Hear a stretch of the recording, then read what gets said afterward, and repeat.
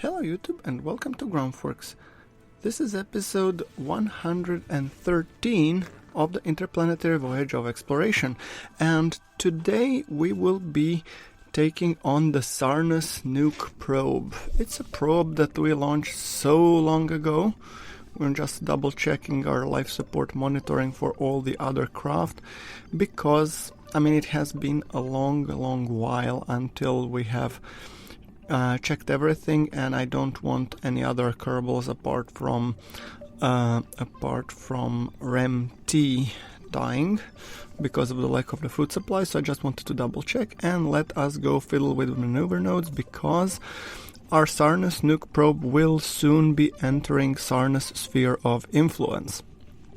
And to do so we want to do a minor correction, just enough to make sure that we end up in the vicinity of Sarnus, and so I decided to queue up on the actual on the maneuver and put it in the flight computer because the delay is 376, so almost like 6 minutes and 15 seconds compared to the regular, so it's a very significant time delay.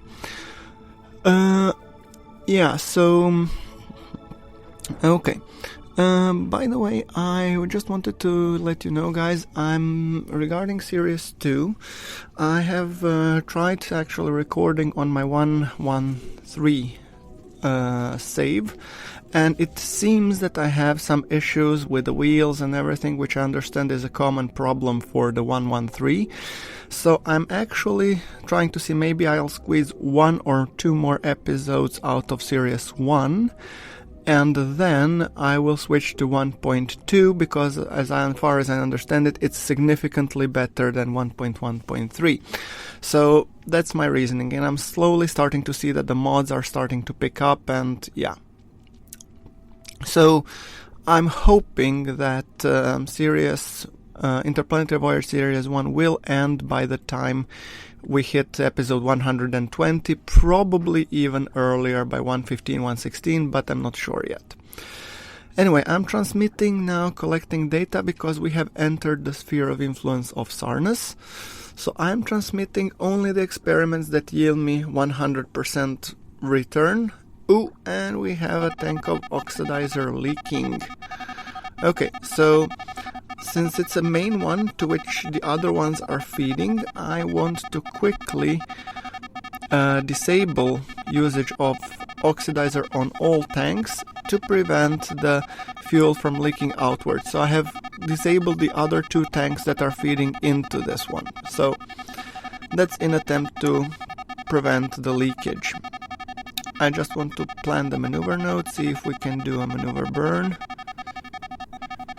as quickly as possible. I'm sorry for the dotting. I'll try to, if I can, dull the alarm in some sort of meaningful way. How can I mute the alarm? Okay, maybe this will help. Yeah, time accelerate and then stop. Okay, cool. Now then, I believe we have stopped the leakage of the tank because we have disabled the feed from the outward 2 tanks into this one. So yeah, I'll enable it just before the maneuver gets executed. And let us just enjoy the dance of the outer rim planets. We have there Sarnus, we have Eeloo, which the Outer Planets mod does put into the orbit around Sarnus, because Sarnus is like in-game representation of Saturn, and Eeloo, I guess it's like representation of, I think it's Europa, although Europa would technically be around the orbit of Jupiter. So, but yeah, it has that look at least. Okay, closing up on Sarnus. Beautiful screenshot opportunities, which I fully intend to take. This is just amazing. Screenshot and another screenshot. Okay, so let's see. We have 2 hours till our planned maneuver.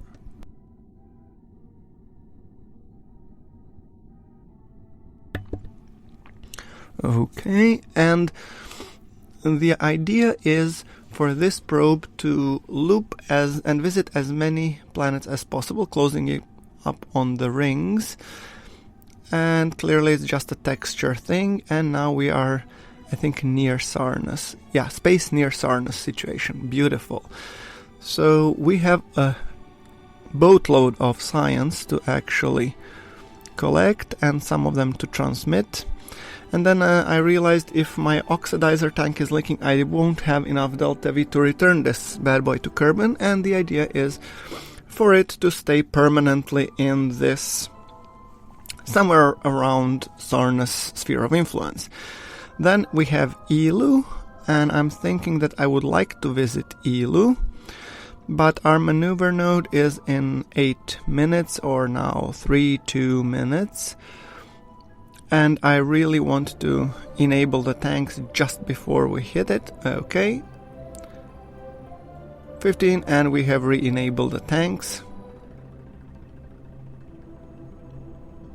Perfect.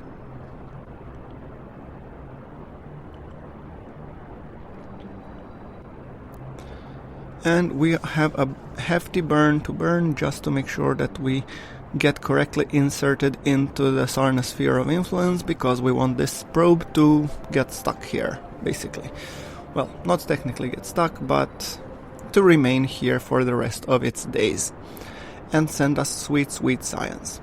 Then we have like Eeloo, Slate, Tecto, Ovok, and I believe there's 1 or 2 more. I'm not really that familiar. This is actually very exciting for me because it's my first foray into the outer planets. This is the first probe that has reached the outer planets. Previously, if you remember, guys, we were only able to see them through the Hubble Space Telescope, which I think once again has gone bye-bye for some reason. So I'm just a little bit correcting my inclination, and by the way, guys, I think the majority of this episode will be dedicated to this probe flying in around Sarnus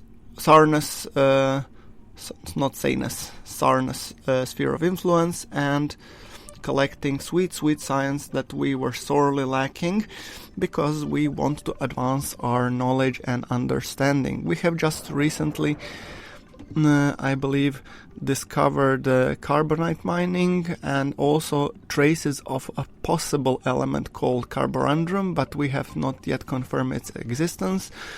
But apparently it is possible to see it somewhere in the space around Eeloo, according to the theoretics guys in the Kerbal Space Center. So we would like this probe to very much verify if that is correct. So if that's the case, then we will need to send in the future a carborundum first scanner and then drill and hopefully mine Eeloo for its precious resource. That's the plan anyway, but I think most of that plan will be happening in the Series 2.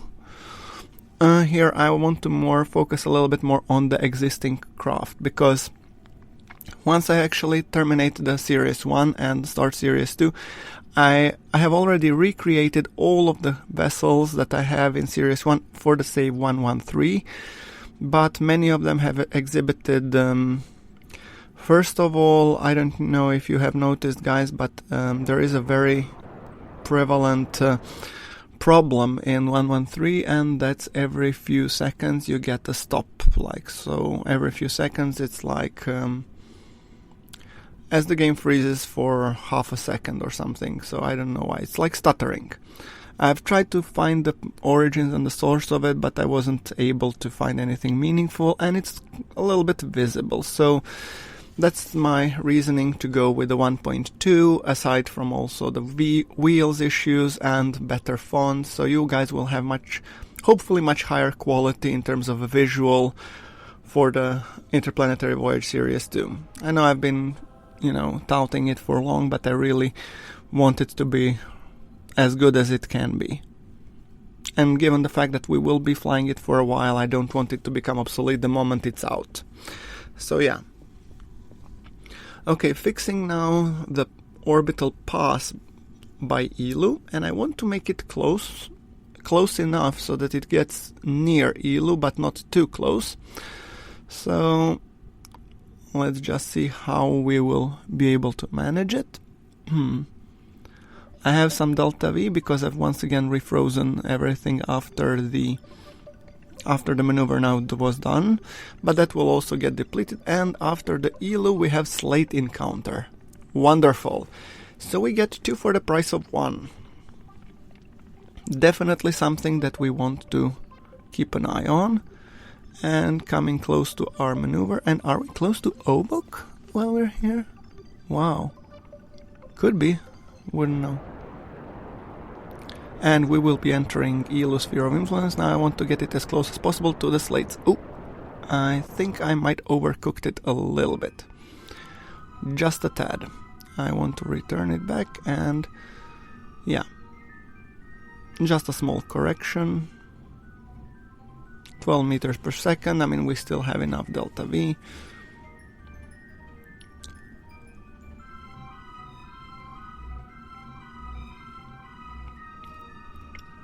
Alright, perfect. We will still remain in the Sphere of Influence and we will do corrections later. But anyway, time to visit Eeloo and gather all the sweet, sweet science that Eeloo has in store for us. It's time to finally confirm or deny the existence of this rare element, carborundrum. While I don't have the carbonite scanner here, I want to use my other sensors to at least confirm or deny the existence of it, and then we will try to find its location. So lots of science, gathering, sending, gathering, sending. Clearly, I mean, I'm even now returning the half-baked because it became obvious to me that we will not be returning this probe home. So although we have significant losses in terms of science transmitted, I still want to send it home. We are coming closer towards... Our periapsis is 63 kilometers, so I don't think we will be hitting the space near Eeloo. But then again, what can you do? Gravity scan. We have already passed the periapsis and we are slowly going away, and I want to just take some pretty pictures. Eeloo and Sarnus in the background. They really look similar in terms of size until you get a little bit further out. Then you really get the perspective on the relative sizes of the planets. I really love this scene. Slowly drifting. So, enjoying the sight as Eeloo slowly drifts in the background.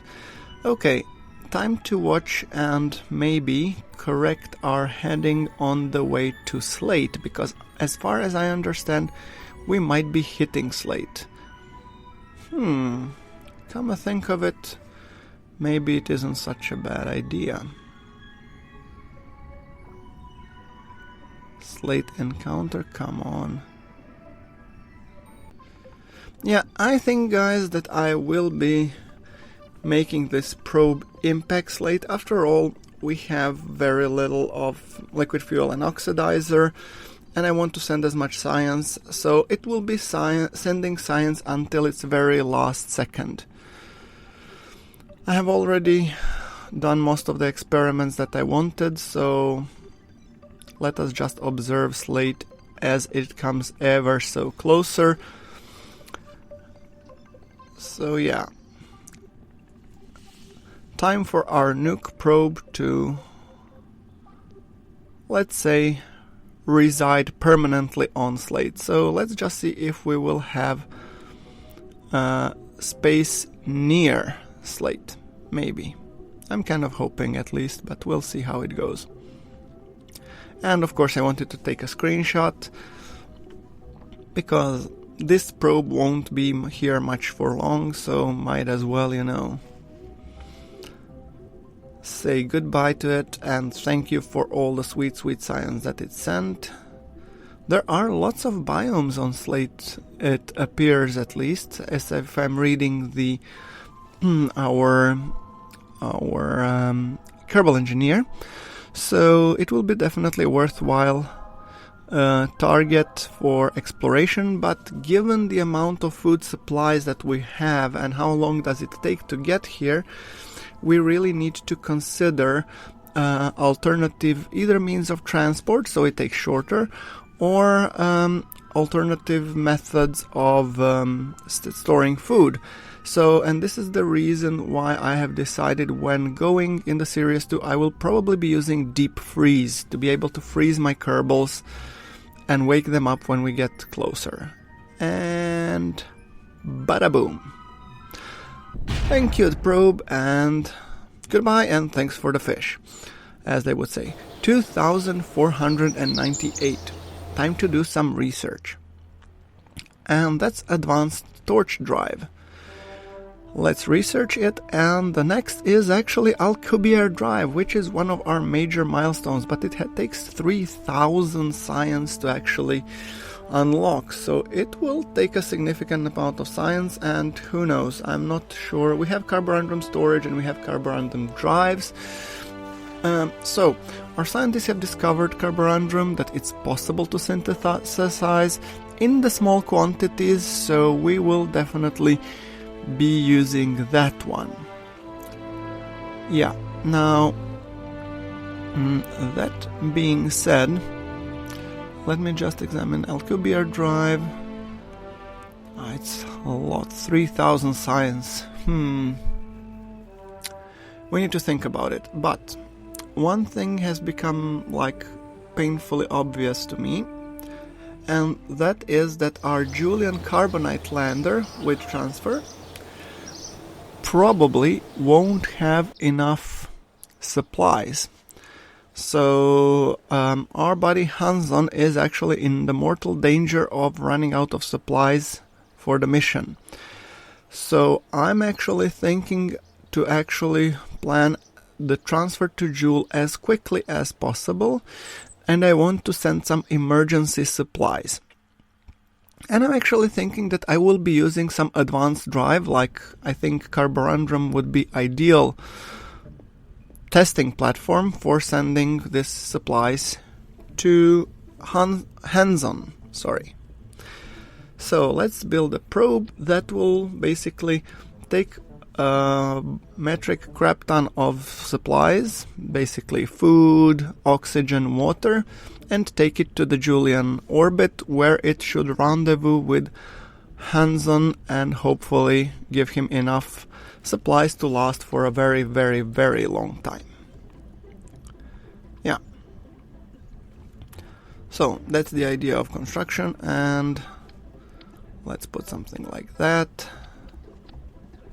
Then I want to be putting the docking port probably. But first I want to put some RTGs because I need electricity. We have 2 batteries, which is enough. Docking port on top. And I'm trying to keep this guy, by the way, util emergency Jool supplies. I'm trying to keep this one as simple as possible, lower part count because of construction, because I don't want its construction to take too long, so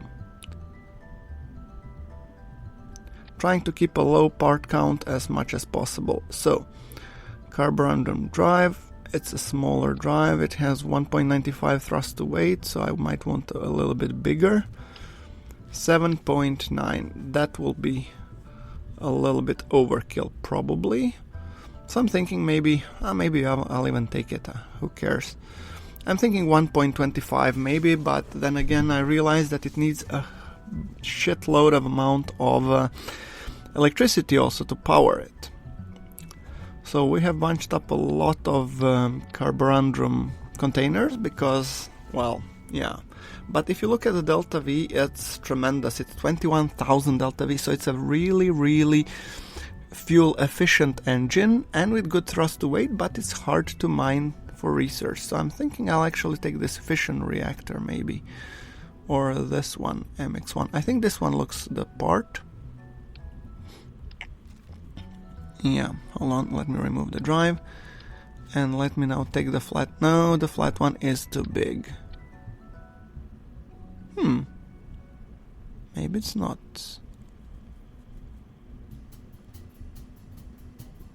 I don't know.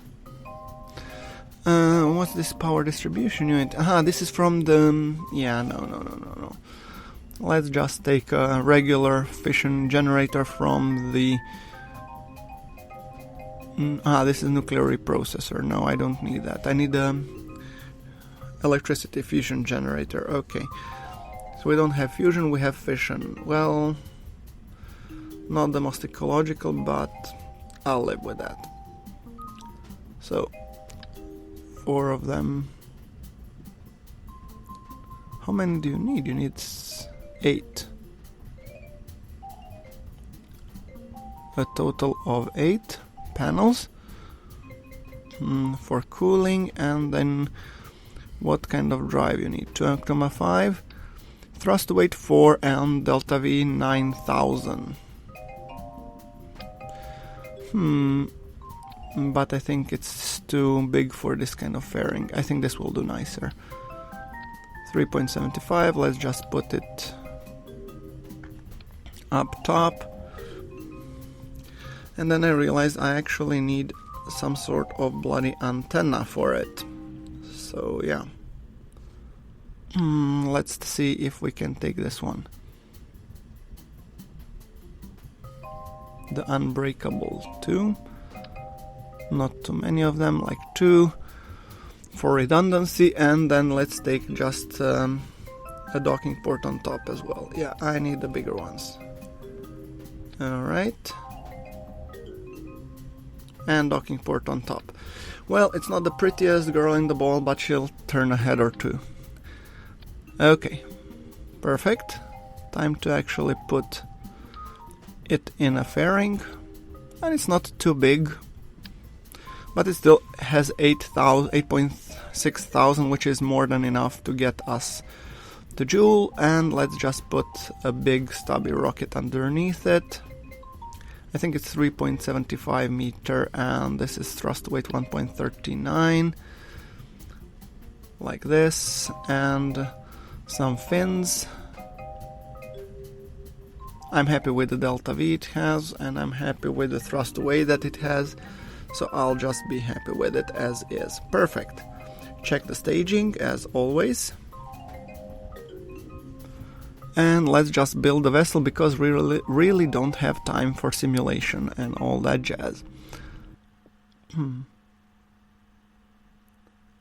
Perfect. Wow, crap. 43 days until it's built. I have to replan, and let's see if we can plan higher delta V but shorter travel time. So the lower you get, it's the lower travel time that you need, but more delta V is being consumed. So here the priority is that it gets to Jool as quickly as possible. So that's the idea anyway. 20 days, 1 day, and perfect. We will be launching, and we have Kerbin to Jool window in 5 hours, which is just perfect. So we launch this guy, and let's roll it out. And Kerbin to Jool window in 1 hour. I mean, I couldn't plan this better than I already did, so I'm very happy with it.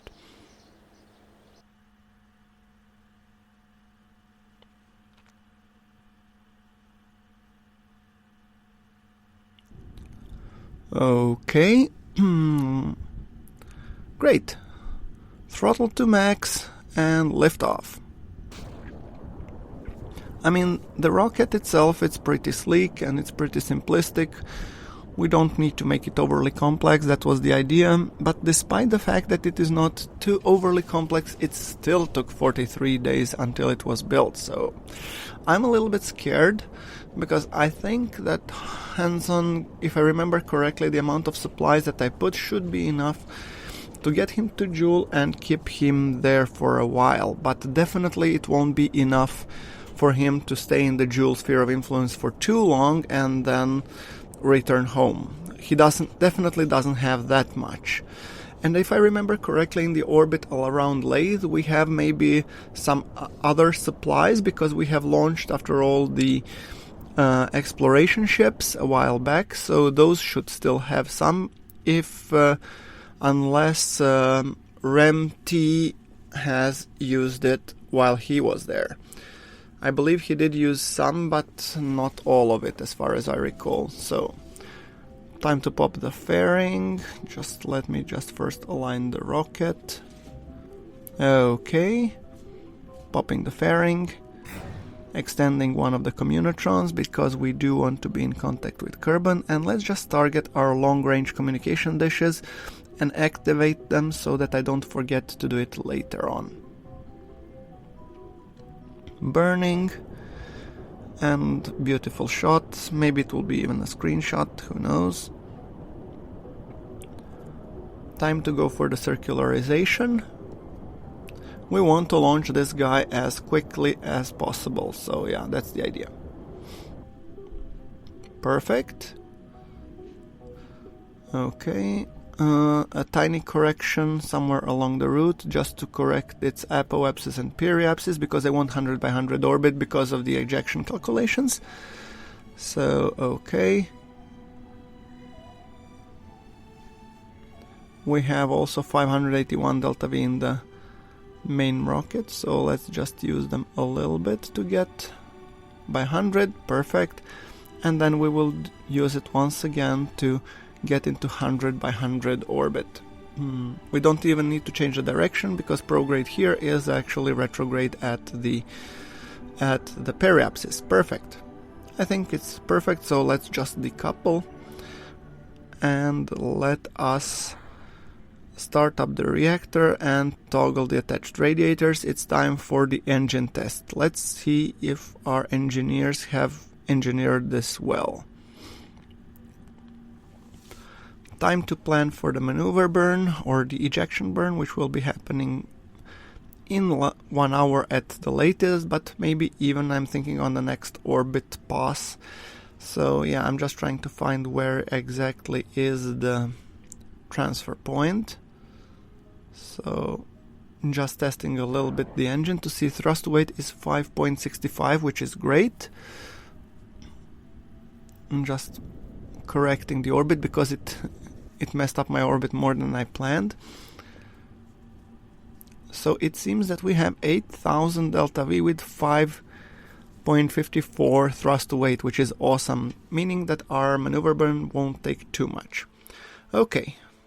By the way, building this meant that we have also collected some science, and I wanted to invest in the future spaceplane engines, because these ones will be helping us to build a new generation of SSTOs for our orbital operations in the future. By the way, guys, I mean, this is just a way for me to unlock everything. Thank you very much for watching. This is GrunfWorks, signing off.